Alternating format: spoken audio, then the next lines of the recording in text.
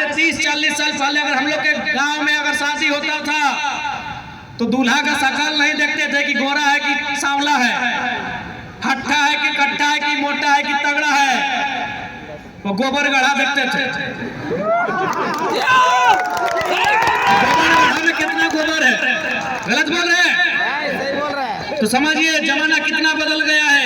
आज अगर अपने हक अधिकार को अगर नहीं समझेंगे तो आने वाली पीढ़ी का क्या हाल होगा।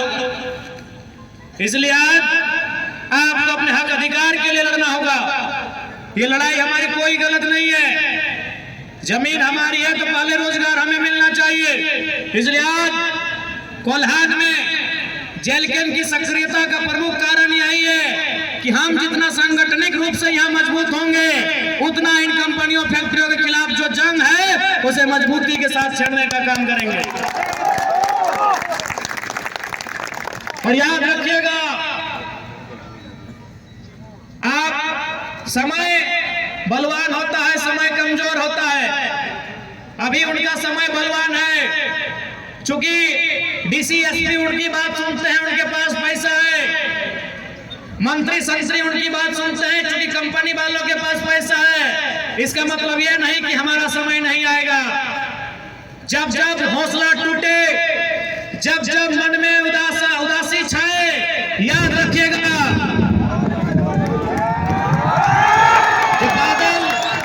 ये बादल की गर्जन भी इस बात की गवाही दे रही है, ये बादल की कड़कड़ाहट भी इस बात की गवाही दे रही है कि झारखंड के लोगों अब तो तुम्हें भी गड़गड़ाना होगा, अब तो तुम्हें इस बादल की तरह गरजना होगा और अपने हक अधिकार के लिए लड़ना होगा। कि जब जब आपको लगे कि आप कमजोर पड़ रहे हैं, याद रखिएगा महात्मा गांधी ने एक अर्धनग्न फकीर ने एक लाठी से, न तीर से, न तलवार से, न गोली से, न बंदूक से, एक अर्धनग्न आधा कपड़ा पहनने वाले गांधी ने एक लाठी से अंग्रेजों को खदेड़ देने का काम किया था। आप गांधी से मजबूत हैं, आपकी भुजाओं में गांधी से ज्यादा बल है, आप गांधी से ज्यादा ताकतवर हैं। इस बात को याद रखिएगा। समर्पण का हो सकता है। और गांधी ने किसको धकेला था? उस अंग्रेज के प्रधानमंत्री को, उस ब्रिटेन के प्रधानमंत्री को, जिन्होंने दुनिया में इंडिया जैसे 50 देश को गुलाम बनाया था। इसलिए कोई कमजोर नहीं होता है, आपकी सोच कमजोर होती है। हम वीरों के अनुयायी हैं, हम वीरों के पुत्र पुत्रियां हैं। हमारे पूर्वजों ने अंग्रेजों के दांत उस समय खट्टे किए थे जब बिहार और बंगाल ने उनकी गुलामी को स्वीकार किया था। जब बंगाल ने 1757 में बैटल ऑफ प्लासी के बाद अंग्रेजों को अपना उत्तराधिकारी, अपना राजा मान लिया था। जब बिहार ने बैटल ऑफ बक्सर की लड़ाई के बाद 1764 के बाद अंग्रेजों की गुलामी को स्वीकार कर लिया था। 1769 में यही ढाल बम और हमने चुहार विद्रोह करके अंग्रेजों के दांत खट्टे किए थे।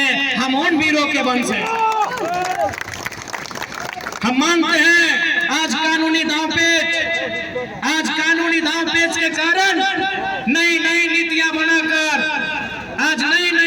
बनाकर हमारी जमीनों पर अधिग्रहण करने का काम किया गया है। लेकिन समय सबका आता है। आज समय हमारे खिलाफ है, इसका मतलब नहीं कि हमेशा खिलाफ रहेगा।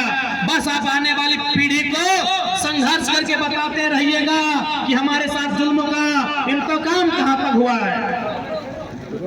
यदि आज आप नहीं बोल पाते हैं, यदि आज आप चुप रह जाते हैं तो आपकी आने वाली पीढ़ी गूंगी होगी। इसीलिए हमें बोलना है, हमें इसलिए संघर्ष करना है कि आने वाली पीढ़ी हमें देखे, हमसे सीखे कि हमने अपने राज्य में क्या क्या खोया है। और भी राज्य हैं, हमारे बगल में कई राज्य हैं, आज उनकी स्थिति क्या है, वहां के लोगों की स्थिति क्या है और आज हमारे लोगों की स्थिति क्या है, ये किसी से नहीं छुपी है। इसलिए आज हमारा कर्तव्य बनता है अपने आने वाली पीढ़ी की रक्षा के लिए, अपने हक अधिकार के लिए आज संघर्ष करने की, आज एकजुट होकर लड़ाई लड़ने की।